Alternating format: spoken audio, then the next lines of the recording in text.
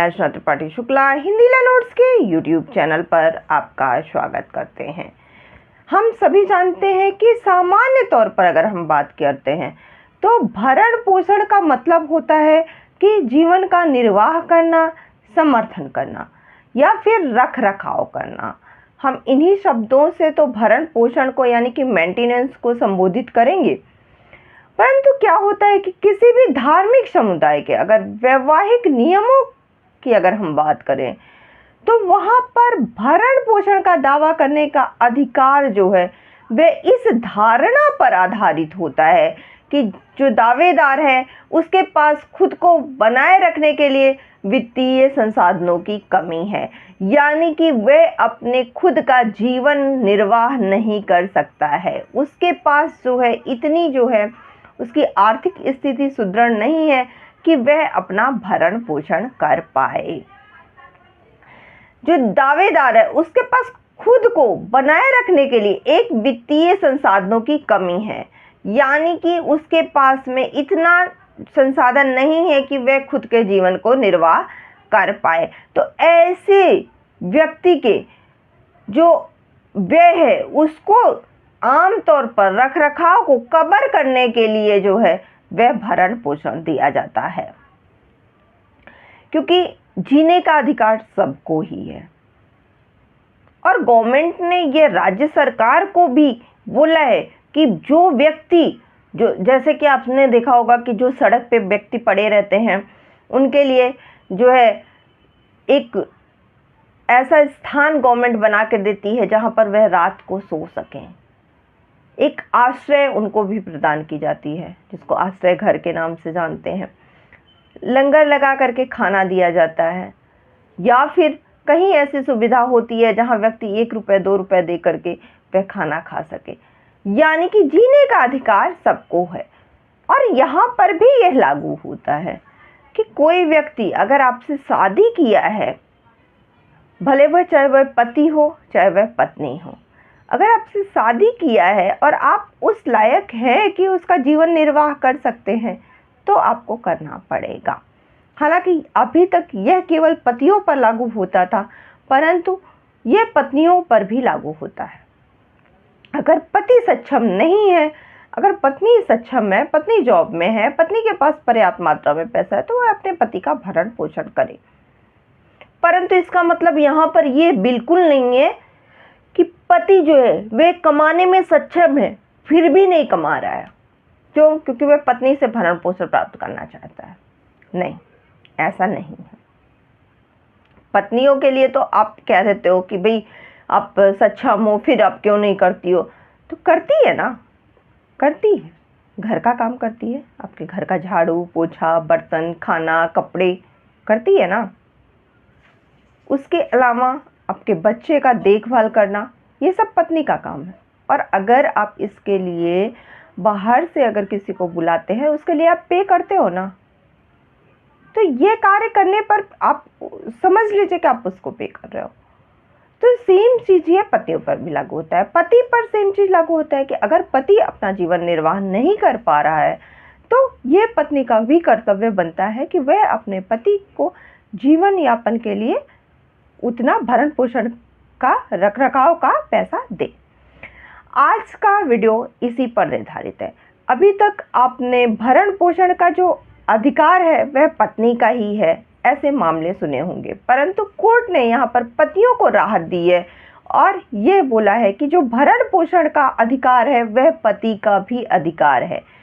आज की case law इसी पर आधारित है कि कौन कौन से ऐसे केस लॉ हैं जिस पर कोर्ट ने पति के पक्ष में फैसला देते हुए पति को भरण पोषण का अधिकार दिया है। और इसमें यह भी शामिल है कि कुछ ऐसे केसेस हैं जहां पर कोर्ट ने ये कहा है कि पत्नी को भरण पोषण प्राप्त करने का अधिकार नहीं है। वीडियो को लास्ट तक देखिएगा। आज का केस लॉ बस इसी पर आधारित है। जो पति है उसको भरण पोषण का अधिकार क्यों है? क्योंकि भारतीय संविधान का अनुच्छेद 39 यह कहता है कि जो राज्य के जो नीति निर्देशक सिद्धांत हैं उसका व्यापक जो शीर्षक है उसके अंतर्गत ये भरण पोषण भी आता है, भरण पोषण का अधिकार भी आता है। ये जो कहता है वह ये है कि राज्य जो है वह अपनी जो नीति है, राज्य की जो नीतियां हैं उसको सुनिश्चित करने के लिए, उसको सही से रखने के लिए यह निर्देशित करेगा कि जो भी नागरिक है, नागरिक में वह पुरुष भी हो सकता है या महिला भी हो सकती है, तो उसका जो है वह सम्मानजनक तरीके से जो है उसको पर्याप्त सुविधाएं मिल सके। अब क्योंकि आजीविका के साधन के लिए, बच्चों को स्वस्थ रखने के लिए, सम्मानजनक तरीके से उसको विकसित होने के लिए उनको सुविधा प्रदान करना, उनको अवसर प्रदान करना, उनको सम्मानजनक तरीके से जीवन जीने के लिए, एक भौतिक परित्याग से बचाने के लिए यह जरूरी है कि सब पति हो या पत्नी हो उनको भरण पोषण की सुविधा मिल सके। इसके अलावा जो हिंदू विवाह अधिनियम है, हिंदू विवाह अधिनियम 1955, उसकी धारा 24 और 25 भी इसमें शामिल है जो कि भरण पोषण की बात करती है। इसमें दो उल्लेखनीय प्रावधान है, आप ध्यान रखेंगे तो। पहला क्या कि जो पतियों के भरण पोषण के बारे में बात करता है, और ये जो दोनों हैं इसके दृष्टिकोण में जो लिंग है वह तटस्थ है, इसलिए पीड़ित पक्ष में यहाँ पर पति को भी देखा जाता है। पीड़ित पक्ष केवल पत्नी नहीं होती है, पीड़ित पक्ष पति भी हो सकता है। तो यानी कि इसमें पति के भी भरण पोषण की बात जो है इसमें बताई गई है। धारा जो 24 है उसमें किसी भी पक्ष को भरण पोषण आवेदन जो दायर करने की अनुमति प्रदान करता है, चाहे वह पति हो या पत्नी हो, दोनों को भरण पोषण जो है आवेदन देने की अनुमति प्रदान करता है धारा 24। आपको बता दें कि गोविंद सिंह बनाम श्रीमती विद्या देवी जो ये मामला है, यह 1999 का मामला है। इसमें राजस्थान के उच्च न्यायालय के समक्ष ये जो केस है वह जो है रखा गया, और उसमें ऐसा प्रतीत हुआ कि जो अपील करता है वह गोविंद सिंह, वो क्या करते थे कि पहले किराए का ऑटो रिक्शा चलवाते थे, और जो उनकी पत्नी है वह एक अच्छी जो है स्थापित एंग्लो कंपनी में काम करती थी। उसमें क्या हुआ कि पत्नी ने तलाक का मुकदमा दायर किया, और पति ने क्या किया कि अपने जो ऑटो का उनका संचालन था, किराए पर ऑटो जो चलवाते थे, उन्होंने ठप कर दिया, और फिर उन्होंने आवेदन किया भरण पोषण के लिए कि भाई आपने कहा है कि पति को भी भरण पोषण मिलना चाहिए, तो फिर हमें भी तो भरण पोषण मिलना चाहिए। मैं कोई काम नहीं करता हूँ, हमारी पत्नी जो है कामकाजी है, तो हमें भरण पोषण प्रदान किया जाए। तो वहाँ पर जो है ये कहा गया कि गोविंद सिंह बनाम श्रीमती विद्या देवी में जो कि 1955 का जो केस था, उसमें ये कहा गया कि भाई किसी को भी अक्षम होने की अनुमति जो है नहीं दी जा सकती है। तो क्योंकि एक कहावत है कि जो काम का जी पति है उसका कार्य यही है कि आप काम कीजिए। अगर आप किसी वजह से काम नहीं कर रहे हैं तो फिर ऐसे में आप भरण पोषण प्राप्त करने के अधिकारी नहीं। हाँ, आपका एक्सीडेंट हो जाए, आपका हाथ पैर चला जाए, आप विकलांग हो जाएं, आप कोमा में हैं, आप काम नहीं कर पा रहे हैं, आपकी दवाएं चल रही है, हॉस्पिटल में एडमिट है, आपकी पत्नी के पास पर्याप्त मात्रा में पैसे है, वह जॉब कर रही है, वह आपका भरण पोषण करेगी। परंतु आप ठीक ठाक हैं, आप बैठ के घर में जो है कोई काम नहीं कर रहे हैं, तो वहाँ पर पत्नी जो है वह भरण पोषण देने की अधिकारी नहीं होती है।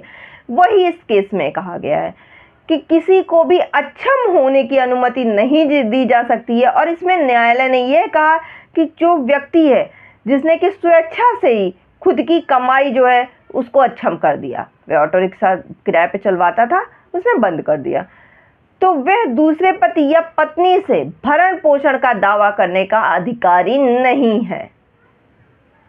जब आप काम कर सकते हो तो फिर वहां पर आप अधिकारी नहीं हैं। वहीं पर दूसरा केस है शिव कुमार यादव बनाम श्रीमती संतोषी यादव, ये 2004 का केस है। इसमें क्या हुआ था कि जो पति हैं शिव कुमार, उन्होंने पुनरीक्षण याचिका दायर की थी कोर्ट में, और उन्होंने कहा था कि शादी के बाद जो है पति और पत्नी, उन्होंने ग्राम एक कन्हेरा है, उनको शादी के बाद वे अपनी पत्नी को वहां पर लेके गया, और याचिका के आरोप के अनुसार कि पति ने अपनी पत्नी को परेशान करना शुरू कर दिया, उसने उसके साथ क्रूरता करी, और वह वैवाहिक जो घर है उसको छोड़ करके अपने नाना के पास चली गई। और फिर वहां पर सीआरपीसी की धारा 125 के तहत उसने भरण पोषण का मुकदमा दायर किया। यहाँ पर उसकी जो पत्नी के पिता माता थे वह मजदूर थे, वह भरण पोषण करने में सक्षम नहीं थे। पति की जो वार्षिक आय थी वह 20,000 रुपये प्रति माह थी। तो पत्नी ने भरण पोषण का मुकदमा दायर किया। अब यहाँ पर मजिस्ट्रेट ने उस मुकदमे को खारिज कर दिया। खारिज करने का कारण क्या था? क्योंकि पत्नी ने अदालत के समक्ष स्पष्ट रूप से उसने कोई भी ऐसा उत्पीड़न का केस नहीं दिखा पाई, कोई साक्ष्य ऐसा नहीं दिखा पाई कि पति जो है उस पर क्रूरता करता था, उसके साथ उत्पीड़न करता था। वहाँ पर पत्नी ने यह भी कहा कि जो है हम इसके साथ नहीं रह पाएंगे, इसके माता पिता के घर में नहीं रह पाएंगे, हम इसके साथ में नहीं रह पाएंगे, हमें तो तलाक चाहिए ही चाहिए, बस हमें भरण पोषण चाहिए। तो मजिस्ट्रेट ने ये कहा कि पहली बात तो उसके पास क्रूरता का कोई साक्ष्य नहीं था। दूसरी बात यह है कि अगर आप स्वेच्छा से अपने पति के साथ नहीं रहना चाहती हैं, पति ले जाने के लिए आपको साथ में तैयार है, तो फिर आपको भरण पोषण नहीं मिलेगा, यानी कि पति फिर आपको भरण पोषण नहीं देगा। उसके बाद ललित मोहन बनाम तृप्ता देवी का केस है, ये 1988 का केस है। इसमें क्या हो गया कि पत्नी द्वारा पति के भरण पोषण से संबंधित इसमें केस था। ये जम्मू कश्मीर हाई कोर्ट में जस्टिस आर सेठी का जो सिंगल बेंच था, उन्होंने जो है इस केस को सुलझाया। इसमें क्या था कि जो तृप्ति देवी है, उन्होंने धारा 13 के तहत तलाक की डिक्री का जो है विवाह को भंग करने की मांग करी थी। विवाह का जो जोड़ा था वे 13 अक्टूबर को हिंदू रीति रिवाज परंपरा के अनुसार उन्होंने शादी करी। शादी के 1 वर्ष के बाद में क्या हो गया कि पत्नी जो है और पति, उन दोनों की कार की दुर्घटना हो गया। दुर्घटना होने के बाद में पति जो है वह अपनी मानसिक स्थिति खो दिया। अब जब पति ने मानसिक स्थिति खो दिया तो पत्नी वहां से दूसरी जगह चली गई, अपने पति को उसी हालत में छोड़ करके। और उसने अदालत में यह आरोप लगाया कि पति उसको प्रताड़ित करता था, उसके साथ क्रूरता करता था, उसके साथ मारपीट करता था, इसलिए जो है वह जो है अपने पति के व्यवहार से दुखी होकर के वह चली गई। परंतु वहां पर पति ने अपनी पत्नी के चरित्र पर बेबुनियाद और झूठे आरोप लगा करके उसे बदनाम करने का आरोप लगाया, और उसने बताया कि उसे वह छोड़ करके, जानबूझ करके छोड़ करके चली गई थी। और पत्नी ने अपने पति की जो कंपनी थी उसको छोड़ने के लिए मजबूर होना पड़ा, और अपने पति की मजबूत स्थिति के कारण, जो मजबूर उसकी परिस्थिति हो गई थी एक्सीडेंट के बाद में, उसने उसकी वजह से उसको छोड़ के चली गई। अब यहाँ पर याचिकाकर्ता ने अपनी पत्नी से जो है मुकदमे की जो राशि थी उसको और अपने भरण पोषण की मांग की थी। तो इस स्थिति में कोर्ट ने क्या कहा? पहले तो पति ने तलाक की मांग करी, तो कोर्ट ने इस जो पति की मांग थी धारा 30 और धारा 31 के तहत पति को समर्थन देने में, क्योंकि वह सक्षम थी और पति की हालत ऐसी हो गई थी एक्सीडेंट के बाद में, तो वहाँ पर किसी भी पत्नी का जो धर्म होता है वह यह होता है कि अपने पति की सेवा करे, अपने पति के साथ में रहे। अगर सेवा नहीं भी कर पा रही थी वह, तो अपने पति के साथ में रह सकती थी, हॉस्पिटल में, घर में देख रेख कर सकती थी, जो कि उसने नहीं किया। और क्योंकि पति जो है वह अक्षम हो गया था कमाने में, इसलिए उसको छोड़ के चली गई। तो यहाँ पर कोर्ट ने पति जो कि याचिका करता था उसको ध्यान में रख करके उसको 500 रुपये अदालती खर्च और 100 रुपये प्रतिमाह गुजारा भत्ता, स्थायी गुजारा भत्ता देने का जो है वह निर्णय लिया, यानी कि पत्नी को अपने पति को 500 रुपये जो कि न्यायालय का खर्च था और 100 रुपये प्रति माह उसको गुजारा भत्ता देना पड़ेगा, जिससे कि उसका जीवन निर्वाह हो पाए। इसी प्रकार का केस है श्रीमती कंचन बनाम कमलेंद्र का केस है। यह भी बॉम्बे हाई कोर्ट का केस है। इसमें भी पति जो है उससे भरण पोषण से संबंधित यह केस है। इसमें माननीय न्यायालय ने यह कहा था कि पति केवल अपनी पत्नी की आय पर निर्भर नहीं रह सकता है। यदि पति जो है काम कर सकता है तो वह कमा सकता है, और किसी कुशल व्यक्ति को भरण पोषण अगर कोई दे रहा है तो वह आलस्य को बढ़ावा दे रहा है। तो ऐसे केस में बॉम्बे हाई कोर्ट ने धारा 24 जो है उसके तहत उन्होंने ये कहा था कि ट्रायल कोर्ट ने क्या किया था, पति को गुजारा भत्ता देने का कोई बिना कारण बताए पति को इसमें गुजारा भत्ता देने के लिए उन्होंने फैसला कर दिया था। परंतु हाई कोर्ट ने यहाँ पर उस फैसले को चुनौती दे करके और उन्होंने कहा कि इस फैसले को बरकरार नहीं रखा जा सकता है।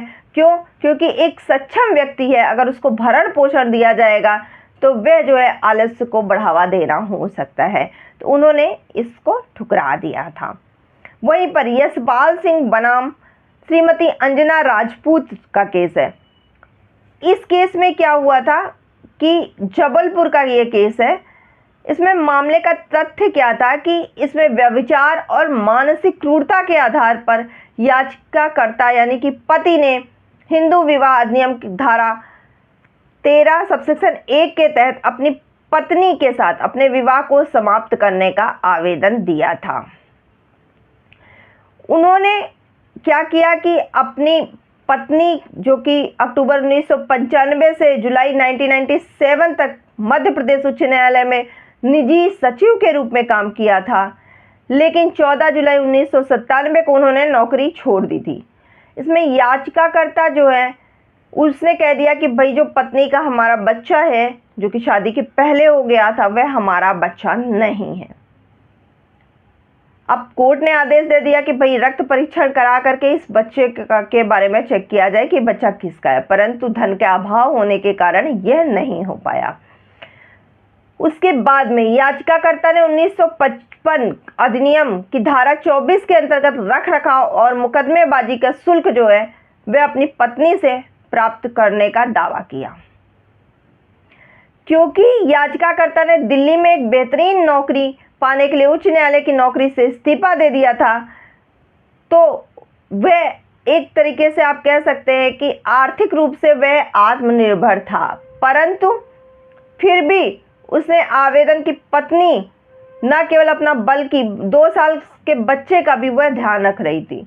तो ऐसे केस में जब आवेदक ने अपनी पत्नी से गुजारा भत्ता प्राप्त करने का आवेदन दिया तो वहाँ पर कोर्ट ने कहा क्योंकि वह अपने 2 बच्चों का भी पालन पोषण कर रही है और आपको भी गुजारा भत्ता दे, आप एक सरकारी नौकरी में थे, तो इसका मतलब है कि आपका जो है कमाने में सक्षम थे, परंतु आप नहीं कमा रहे हैं, यह आपकी गलती है।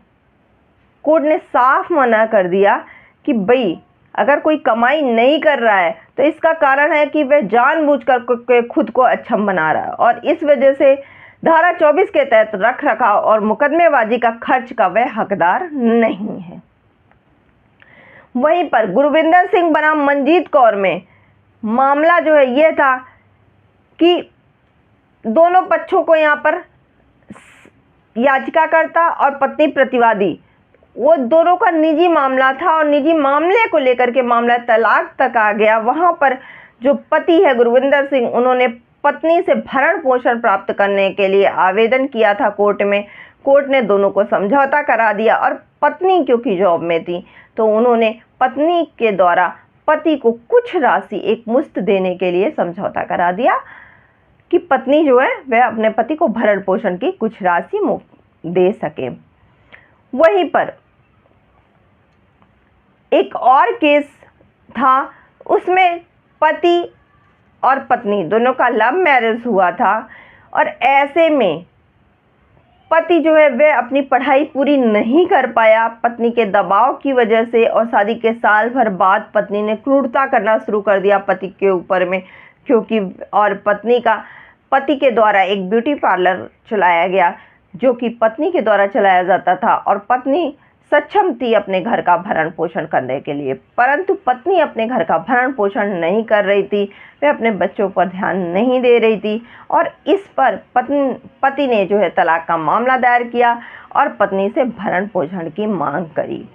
यहाँ पर पति ने कोर्ट के सामने यह साक्ष्य प्रस्तुत किया कि वह शादी नहीं करना चाहता था, दोनों की लव मैरिज थी, वह शादी थोड़े दिन बाद करना चाहता था क्योंकि वह ग्रेजुएशन के फर्स्ट सेमेस्टर में था, लेकिन पत्नी के दबाव की वजह से उसे शादी करनी पड़ी और फिर पत्नी की क्रूरता की वजह से उसकी पढ़ाई पूरी नहीं हो पाई, परंतु उसने अपनी पत्नी को सक्षम बनाया कि घर गृहस्थी चल सके।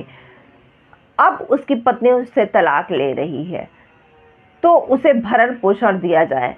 कोर्ट ने उसके सभी साक्ष्यों को ध्यान में रखते हुए कोर्ट ने पत्नी को भरण पोषण देने के लिए जो है निवेदन किया। कोर्ट ने आदेश दिया पत्नी को कि आप अपने पति को हर महीने 5,000 रुपये जो कि भरण पोषण के रूप में आपको दिया जाना है। यह आदेश देते हुए कोर्ट ने पति के पक्ष में फैसला सुनाया।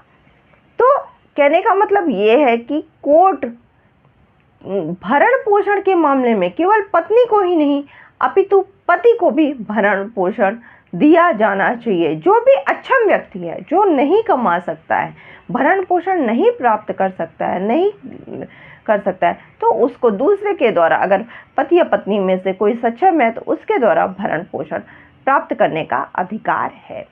आज की वीडियो बस इतना ही, और इससे संबंधित अगर आपका कोई सवाल है तो आप कमेंट बॉक्स में जाके कमेंट कीजिए। और अगर आपको यह वीडियो पसंद आई होगी तो प्लीज़ वीडियो को लाइक कीजिएगा, ज़्यादा से ज़्यादा शेयर कीजिए जिससे कि ये जानकारी और लोगों को मिल सके। और जिन्होंने अभी तक हमारे चैनल को सब्सक्राइब नहीं किया है तो प्लीज़ हमारे चैनल को सब्सक्राइब